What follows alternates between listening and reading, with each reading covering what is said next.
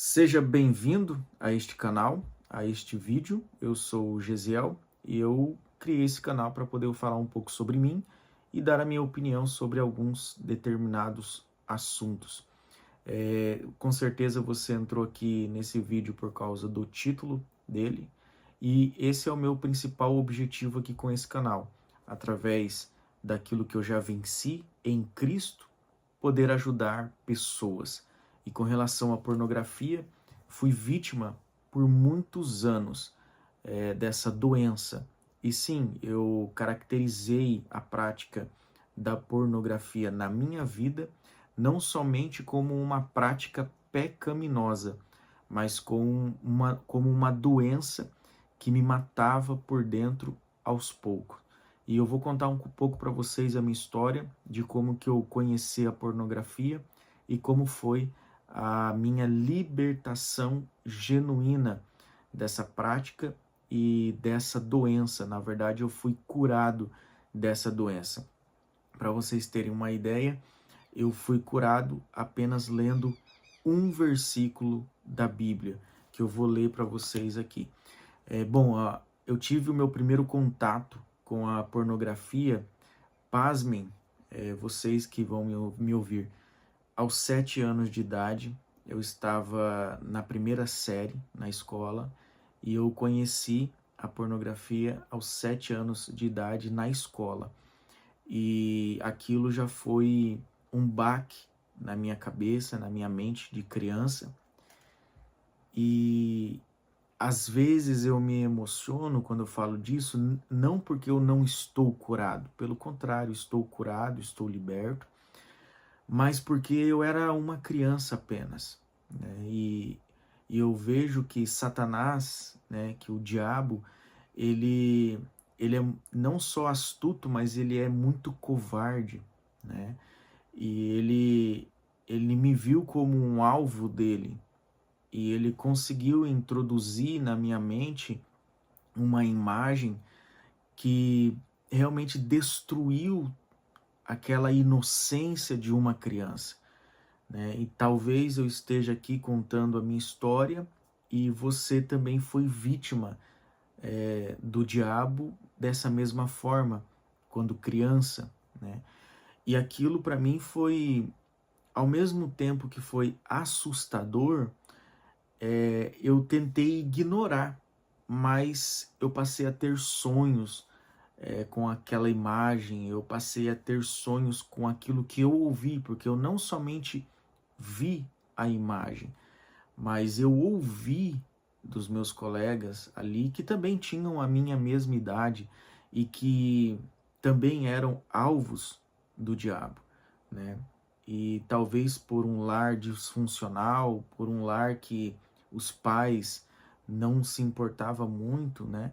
Eles também tiveram esse acesso. A gente não sabe, porque os meus pais cuidaram muito bem de mim.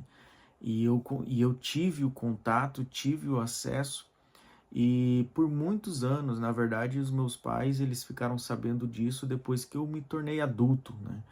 E depois desse primeiro contato, eu passei a ter sonhos, passei também passei por um processo de abuso também sexual dentro da na verdade não é dentro da minha família, mas muito próximo da minha família, né? Eu tinha mais ou menos ali uns 8 anos, então com 7 o primeiro contato com a pornografia, com 8 abuso sexual.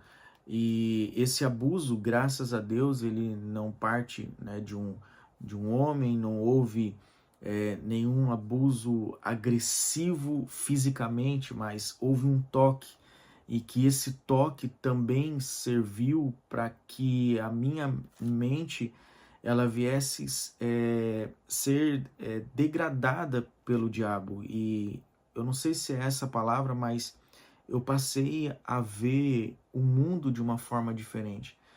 E aos 10 anos eu tive um contato mais explícito ainda, porque foi através de vídeos.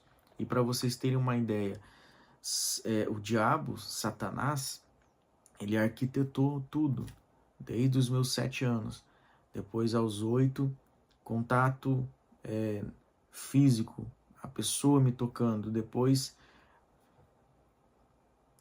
aos 14 anos, tive outro acesso à pornografia explícita através de vídeos, onde um colega meu tinha uma mãe perturbada, realmente, onde ela mesma colocava os vídeos explícitos para nós assistirmos.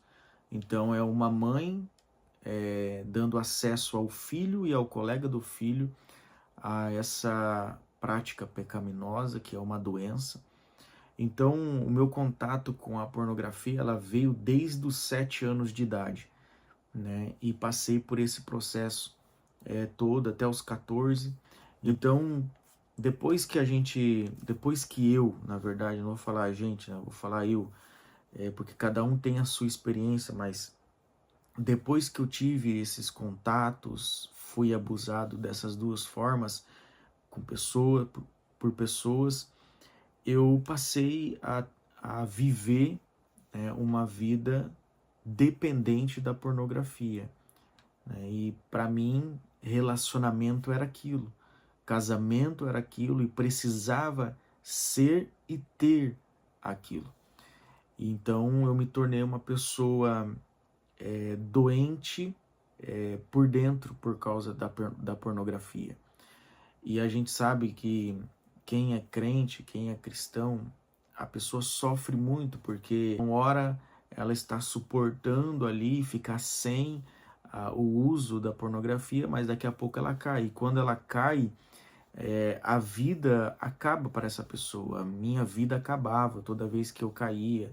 Eu me arrependia.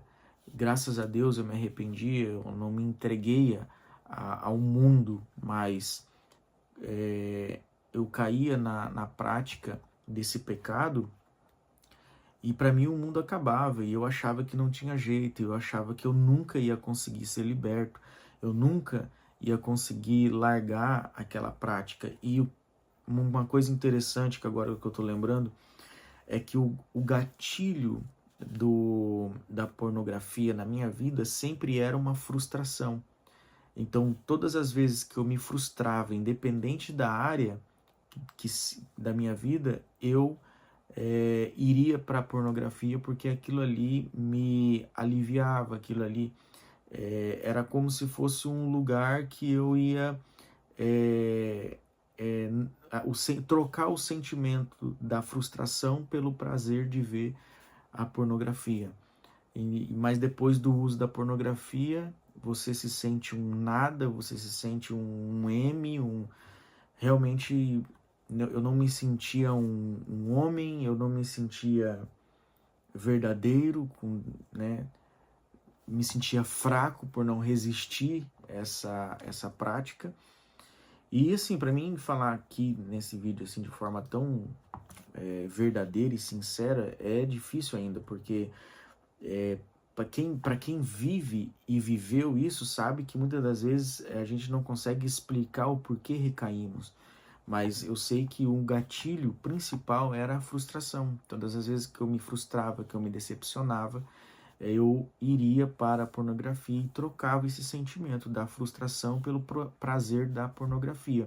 Mas depois do uso da pornografia, a frustração vinha pior ainda, porque além da frustração daquele momento, daquela situação, havia a frustração de ter caído naquele pecado, de ter entristecido o Espírito Santo, de ter entristecido a Deus, porque se Jesus volta naquele momento, não haveria como eu ser salvo. E, claro, aí entra um monte de questões teológicas, né? Não vamos falar sobre questões teológicas, mas esse era o meu medo também lá naquele momento. Era que se Jesus voltasse ali, eu iria para o inferno, né? Sem contar aqui com as questões teológicas, gente, pelo amor de Deus. Estou falando o que eu, naquele momento, né, que eu não tinha todo o conhecimento que eu tenho hoje com relação à volta de Jesus, com relação a Cristo. Então, para mim foi muito difícil, e eu fiquei preso, doente, né, através da pornografia, mais de 15 anos. mais de 15 anos. E quando então que eu fui liberto, né? Só para não ficar longo esse vídeo. Bom, depois de tantos anos tentando e jejum, oração, não é que não dava certo, é que eu também tenho algumas coisas que eu não entendia, né? Ser liberto não significa que você não vai ter vontade depois. Pelo contrário, a maior evidência de alguém que é liberto de algum pecado é que quando aquele desejo de pecar ou quando é oferecido para você, né, essa oportunidade de você pecar, você nega, você diz não. O não para este pecado, para o pecado, é a maior evidência da libertação. Eu achava que a libertação não era eu não sentir mais o desejo, a vontade, em algum momento, sentir o desejo, a vontade de ir para aquele lugar. Mas não, eu hoje entendo que ser liberto é você resistir o diabo, é você fugir do pecado. Não é que você não vai sentir a vontade de pecar. Você vai sentir a vontade de pecar, você vai sentir, em algum momento, a sua carne vai desejar pecar. A sua carne vai desejar aquele gosto novamente do pecado. Mas, como você é uma pessoa liberta, você vai dizer não para esse pecado. Então, a maior evidência da libertação, da cura, é o não para o pecado. Isso é o que eu vivi e o que eu entendi depois de tantos anos preso e doente nessa área, tá bom? E como que eu fui liberto? Bom, eu fui liberto porque eu li um versículo da Bíblia. E eu quero ler aqui Tiago, capítulo 5, e o versículo 16. Portanto, confessai vossos pecados uns aos outros e orai uns pelos outros, para serdes curados. Eu li esse versículo em Tiago e eu compreendi o que eu precisava.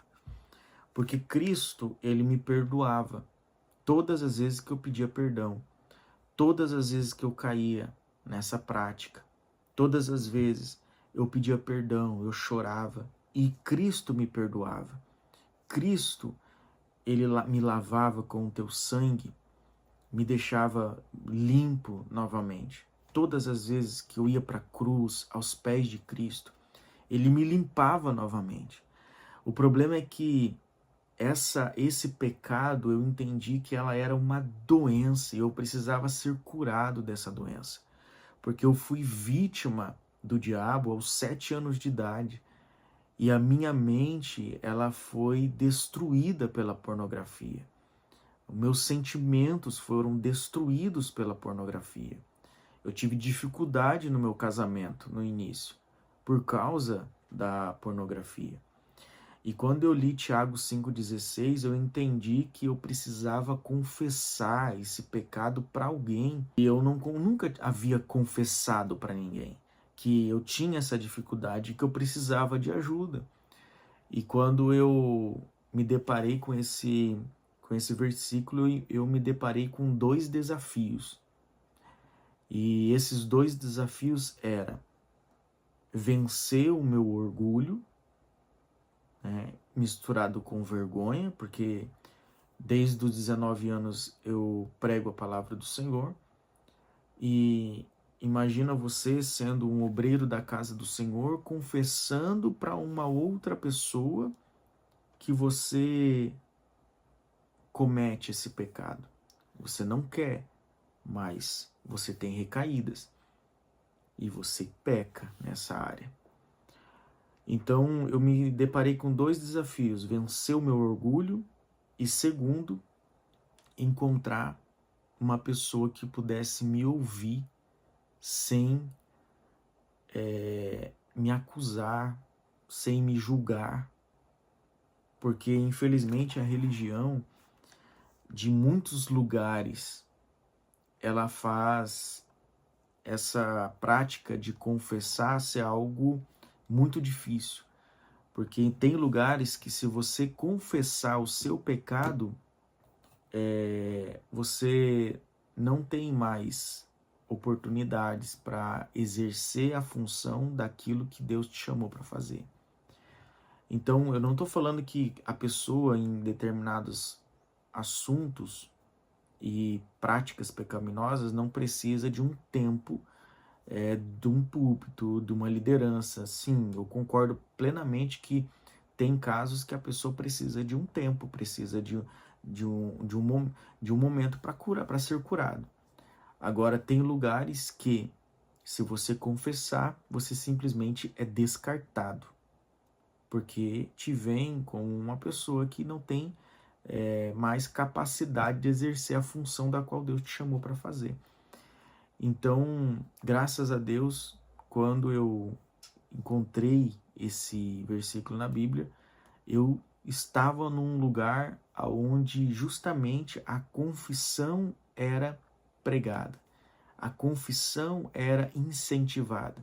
Então, eu confessei para uma pessoa e depois dessa confissão, eu fui instantaneamente curado, instantaneamente liberto.